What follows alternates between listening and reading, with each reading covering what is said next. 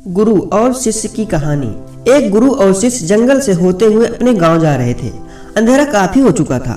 शिष्य ने अपने गुरु जी से कहा कि गुरु जी, काफी रात हो चुकी है, अगर आप कहें तो आज की रात यहीं आसपास के किसी गांव में गुजार लें। गुरु जी ने अपना सिर हिलाया और वो आसपास के गांव में एक छोटे से घर के पास जाकर रुके। अब जैसे ही वहां गए तो गुरु जी के शिष्य ने दरवाजा ठकठकाया। उस घर से एक गरीब आदमी बाहर आया। गुरु जी ने बोला, हम अपने गांव जा रहे थे, लेकिन काफी रात होने की वजह से हमने इसी गांव में रुकने को सोचा।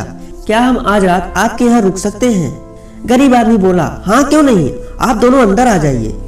अब जैसे ही गुरु जी अंदर गए, उन्होंने देखा कि उस आदमी के घर में बहुत ज्यादा गरीबी थी। गुरु जी ने उनसे पूछा कि आप काम क्या करते हो? वह गरीब आदमी बोला कि मेरे पास बहुत सारी जमीन है। तो गुरु जी ने बोला, अगर तुम्हारे पास बहुत सारी जमीन है तो इस तरह से क्यों रह रहे हो? वह आदमी बोला, यह किसी काम की नहीं है। गांव वाले बोलते हैं कि ये बंजर जमीन है, यहाँ पर कुछ भी उगाई नहीं जा सकती और वहाँ फसल उगाना बहुत ही बड़ी बेवकूफी है। गुरु जी ने बोला कि तुम्हारा गुजारा कैसे होता है? उनसे बोला कि मेरे पास एक भैंस है जिससे मेरा पूरा घर चलता है। ये सुनने के बाद गुरु जी सो जाते हैं और रात में जब लोग सो रहे होते हैं तब गुरु जी ने अपने शिष्य को उठाते हैं और उस गरीब आदमी की भैंस लेकर अपने गांव चले जाते हैं। शिष्य अपने गुरु जी से पूछता है कि गुरु जी, कहीं आप ये गलत तो नहीं कर रहे हैं? उस गरीब आदमी की रोजी रोटी इसी भैंस की वजह से चलती है।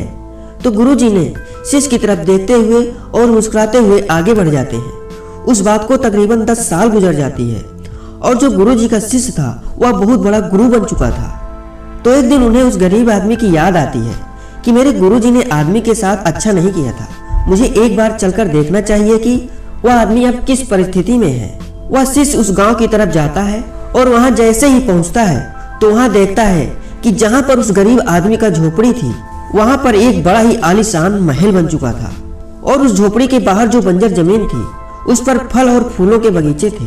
तभी उधर से उस घर का मालिक आता है। शिष्य उसे पहचान लेता है और उस आदमी को बोलता है, तुमने मुझे पहचाना?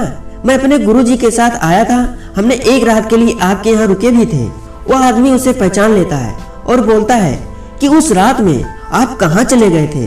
उस रात के बाद ही मेरी भैंस कहीं चली गई थी, मेरे पास कोई रास्ता नहीं था, तो मैंने अपने जमीन पर मेहनत की और फसल निकल आई और आज मैं इस गांव का सबसे बड़ा और सबसे अमीर आदमी बन चुका हूँ। ये सुनने के बाद शिष्य की आंखों में अपने गुरुजी के लिए आंसू आ गए और उसे ये बात अब समझ आई और वो रोने लगा।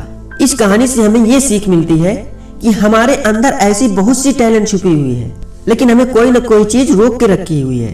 वो आपके फैमिली वाले भी हो सकते हैं, आपको जॉब भी हो सकता है, कुछ भी हो सकता है। देखिए, आपके पास भी तो भैंस की जैसी कोई दूसरी चीज तो नहीं है जिनसे आपको आगे बढ़ने में रोक कर रखा हुआ है। तो दोस्तों, अगर कहानी पसंद आई हो तो अपने दोस्तों को साथ शेयर करें, लाइक करें। अगर चैनल पर नए हो तो सब्सक्राइब करें।